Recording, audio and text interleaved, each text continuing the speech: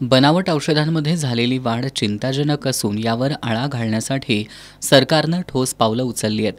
केंद्र सरकारनं पहिल्या टप्प्यात देशात विकल्या जाणाऱ्या औषधांच्या प्रमुख 300 ब्रँड्सवर बारकोड लावणं अनिवार्य केलंय. या नियमामुळे ग्राहक आपल्या मोबाईलवरून कोड स्कॅन करून औषध खरं आहे की नाही हे तपासू शकतात. 1 ऑगस्ट 2023 पासून बारकोडबाबत सक्ती करण्यात आली आहे. मात्र या निर्णयाची अंमलबजावणी होत नव्हती. आता मात्र केंद्र सरकारनं औषधांवर बारकोड बंधनकारक असणं अनिवार्य केलंय. औषधांची सत्यता सुनिश्चित करण्यासाठी आणि बनावट औषधांना रोखण्यासाठी भविष्यात या यादीचा विस्तार केला जाण्याची शक्यता आहे.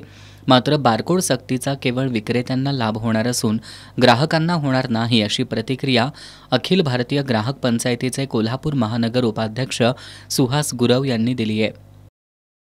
आता नवीन एक मेडिसिनमध्ये एक नवीन प्रकार आलेला आहे, म्हणजे बार कोडिंग आणि QR कोड.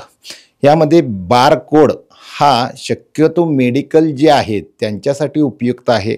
हा ग्राहकांना जास्त त्याचा काय उपयोग होणार नाही.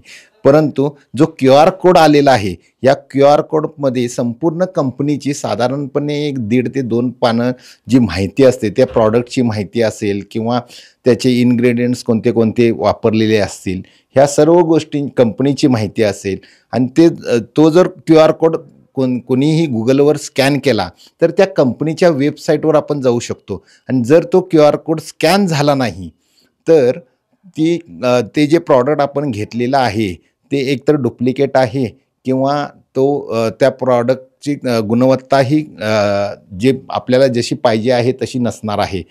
दुसरं म्हणजे बारकोडचा हा विषय जो आहे तो बारकोडचा विषय असा आहे की त्याच्या बाबतीत फक्त कंपनीसाठी त्यांनी हे केलेलं आहे. आता मोठमोठे औषधाचे दुकानाचे मॉल आले आहेत, त्या मॉलसाठी ते स्कॅन करतात आणि त्या प्रॉडक्टची किंमत वगैरे जे असते ते त्यांच्याकडं हे सेटअपमध्ये लावलेलं असते, त्याप्रमाणे येते. त्यामुळे ग्राहकांना त्याचा एवढा काही उपयोग होणार नाही.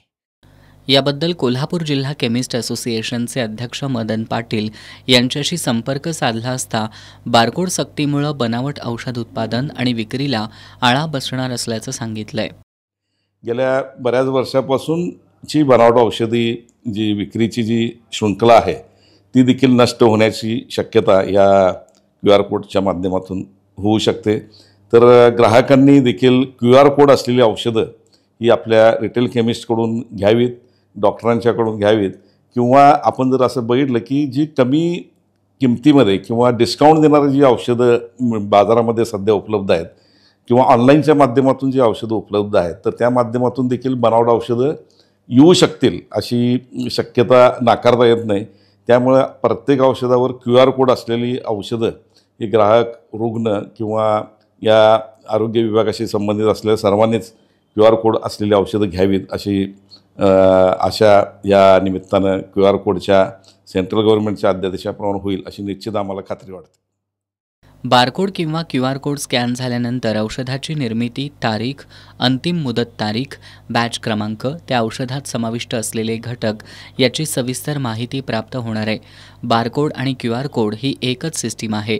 पण याबाबत ग्राहकांमध्ये संभ्रम असला तरी बारकोड अथवा QR कोडद्वारे औषधाची संपूर्ण माहिती ग्राहकाला एका सेकंदात प्राप्त होणार आहे. या निर्णयामुळे बनावट औषधांना आळा बसणार आहे.